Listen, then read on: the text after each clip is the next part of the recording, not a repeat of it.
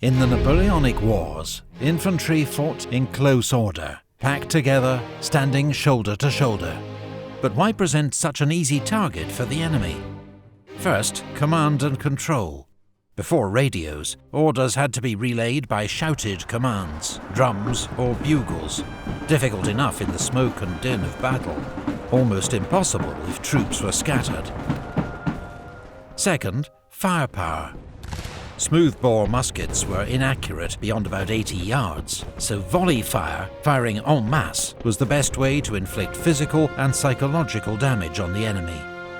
Third, morale. Soldiers were much more willing to advance into danger or hold the line if they did so together as a unit, urging each other on. Fourth, defense against cavalry. Scattered infantry were easy targets for horsemen. Only by sticking together could they fight them off. The basic tactical unit of infantry was the battalion. A French line battalion had, in theory, 840 men, but in practice, nearer 500 to 600. Our example here has 605 men, a typical strength for a battalion on campaign. The men were divided into 6 companies, 4 fusilier companies, and 2 flank companies.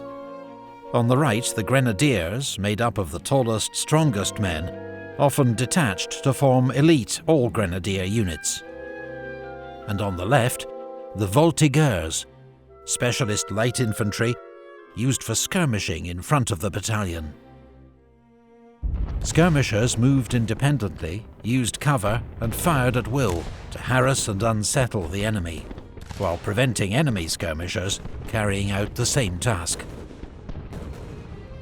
Most armies also had specialist light infantry units for this role, such as the British 95th Rifles, French Chasseurs à Pied, and Austrian and Prussian Jaeger battalions.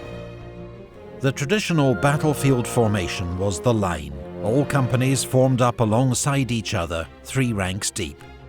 Line formation maximised the number of men who could fire their muskets at the enemy, and limited casualties from artillery fire. But it was extremely vulnerable to cavalry if it could be outflanked. And even for well-drilled troops, it was difficult to keep the line straight while advancing across broken ground. So for manoeuvre and attack, battalions usually formed a column of divisions.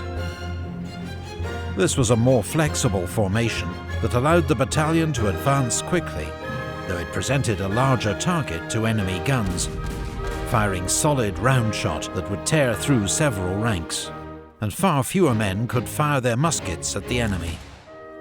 Theoretically, therefore, the battalion would deploy into line before reaching the enemy. But carrying out this slow manoeuvre under fire wasn't always possible or sensible. So some commanders kept their men in column, relying on momentum to break the enemy line. This was a risky tactic that often worked against raw troops, but led to high casualties when facing better trained infantry, like British redcoats. A column could be closed up quickly to provide protection from cavalry, or if there was time, could form a square. With bayonets fixed, the battalion formed an all-round defence that often resembled more of a rectangle. Enemy cavalry could surround the battalion, but not break in, as horses won't charge a solid wall of men and steel. But an infantry square was extremely vulnerable to artillery fire, and could only move very slowly. Changing quickly and smoothly from one formation to another, especially under fire, required training, practice, and experience. In 1809, the Austrian army began to use the battalion mass formation, crude but more suited to hastily trained conscripts. This was a dense column with limited firepower and huge vulnerability to enemy cannon. But it could quickly close up to repel cavalry using the same principle as the square, but without the complex drill, and was much more manoeuvrable.